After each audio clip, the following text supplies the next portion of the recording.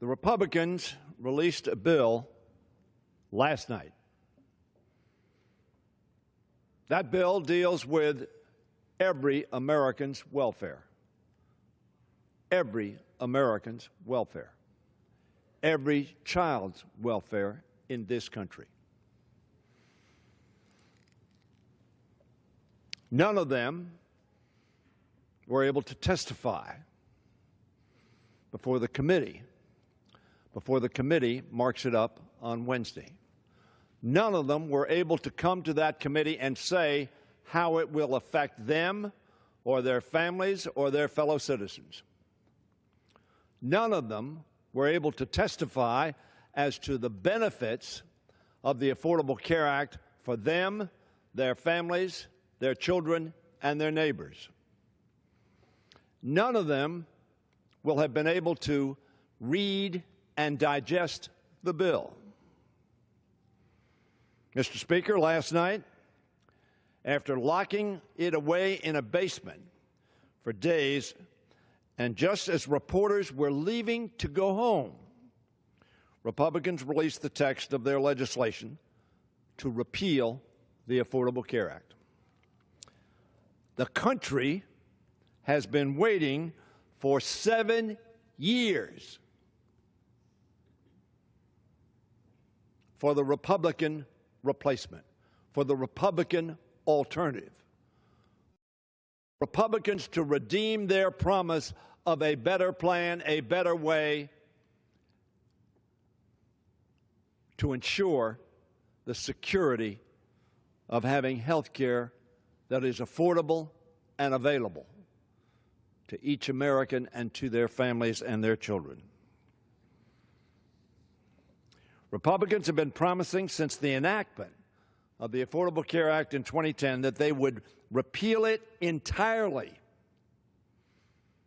and enact something better.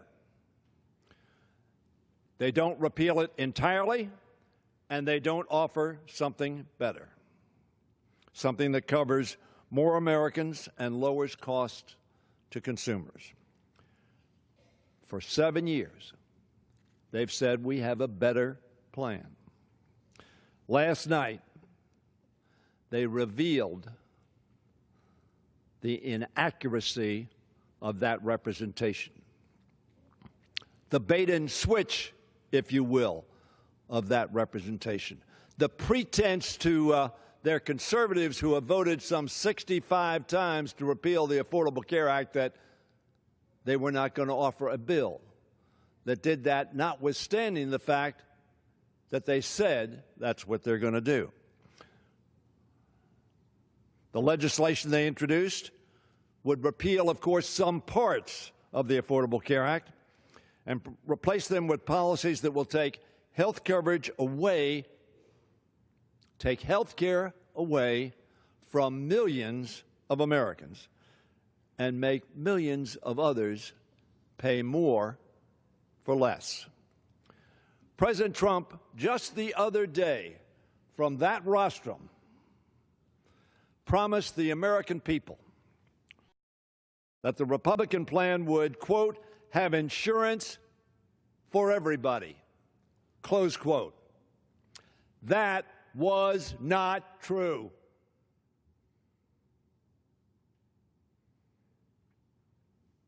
Neither the House Republicans, nor the Senate Republicans, nor President Trump have offered such a plan. And the plan that was revealed last night does not fulfill that representation. Mr. Speaker, it should not surprise us, however, that our president says things that proved to be not accurate. He also said from that rostrum that the policies would be far less expensive and far better than they are now. This bill does not do that, and the President has offered no bill that does that. This plan fails that representation miserably. It increases health care costs for middle-class families in order to pay for tax breaks for the wealthiest who don't need them to afford health care. We should not penalize people for becoming wealthy. We applaud their success. But we should not subsidize health care for those of us who can afford our health care, while those who cannot are left to fend for themselves. In other words, the Republicans are once again saying, you are on your own. Their bill also raised the Medicare Trust Fund, threatening its long-term solvency. In fact, the Affordable Care added to the life expectancy of Medicare.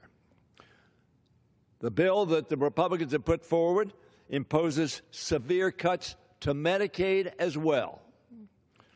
It forces states and health care providers to carry the burden of the uninsured while taking away funding for expanded Medicaid. Their bill requires states to ration care by throwing those with pre-existing conditions into sick pools with higher premiums, higher deductibles, and waiting periods for coverage. And what service would be available under Medicaid? Their plan replaces the individual responsibility requirement, which, by the way, Mr. Speaker, as you may well know, was the proposal of the Heritage Foundation. The Heritage Action, which is the political arm of the foundation, opposes the Republican bill. Not for the same reason I do, but because they believe it continues much of what ACA tried to do in protecting Americans in a plan that was initially proposed by the Heritage Foundation and adopted by Governor Romney in Massachusetts. Unbelievably, Mr. Speaker, Republicans won't even tell the American people how much this legislation will cost and what its impact will be on our wallets and on our insurance markets. How do you do that? You have hearings. You listen to people. You listen to their experiences now. You listen to what their needs are. And you listen to those who have the greatest experience on their view of what the impact of this legislation will be. There have been no such hearings, and none are planned. Republicans know that millions of Americans will lose coverage under their legislation, those covered under Medicaid, the health insurance exchanges, and even those with employer-based insurance. That's why, Mr. Speaker, in my opinion, they are rushing to see this bill put in force before it is illuminated by the light of day and before the American people find out how they will be impacted. Thankfully, Mr. Speaker, it will be difficult, however, for House Republicans to enact their bill into law, not only because of the extreme opposition to those proposals by the American people, as we've seen in town hall meeting after town hall meeting after town hall meeting across this country, but also because the House and Senate Republicans are already rejecting it. It's not certain that House Republicans can even reach a majority in this House on their legislation. The head of the Republican Study Committee, the largest group of Republicans, has said this bill is not acceptable. Mr. Meadows from North Carolina, the head of the Freedom Caucus, has said this bill will repeal the Affordable Care Act, which is his objective and the objective of the Freedom Caucus. Senator Cruz has said that as well. Senator Paul has said that as well. Senator Lee has said that as well. One thing is clear, however, Mr. Speaker.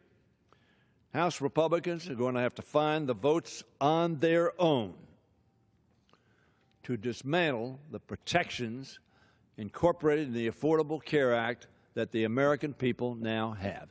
Is the Affordable Care Act perfect? It is not. Should we have spent the last 6 years trying to make it work as well as it possibly can? Yes, we should have. Were we able to do that? No. The only alternative the Republican Party offered to the American people and to this House was to repeal. Not to replace, not to repair, not to fix, not to make sure it was more affordable and more available to the American people so that we would be a healthier and stronger nation. Their only option was to repeal.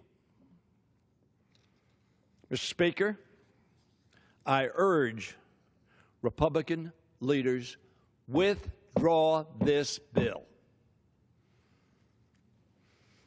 Let us work together to ensure what almost every member says they want, and that is a health care program in America that is affordable by all, available to all, and enjoyed by all.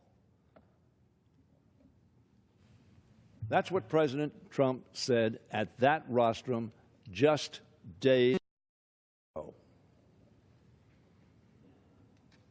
This bill that the Republicans are going to mark up on Wednesday does not do what they say or what President Trump said. The American people will oppose it, and we will reflect their opposition in this House. But we are available to our Republican colleagues in good faith to work together to ensure that what the President said, available to all at a lower price with everybody having access, we will support that bill if it exists, and we will work with our Republican colleagues to pass it and give that protection and security to the American people. Mr. Speaker, I note that there have not been many Republicans to speak this morning. I understand that one Republican spoke about this bill. I'm amazed if they think this is a better way. I'm amazed if they think this will do a better job than the Affordable Care Act. I'm amazed if they think they're going to bring costs down and care up, that we don't have a lot of Republicans, Mr. Speaker, coming to this floor and claiming victory. They're not here because they can't claim that victory. Let's reject this bill, Mr. Speaker. Let's work together. We can do better. The American people expect us to do better. And I yield back the balance of my time. The gentleman yields back. Pursuant to Clause 12A of Rule 1, the chair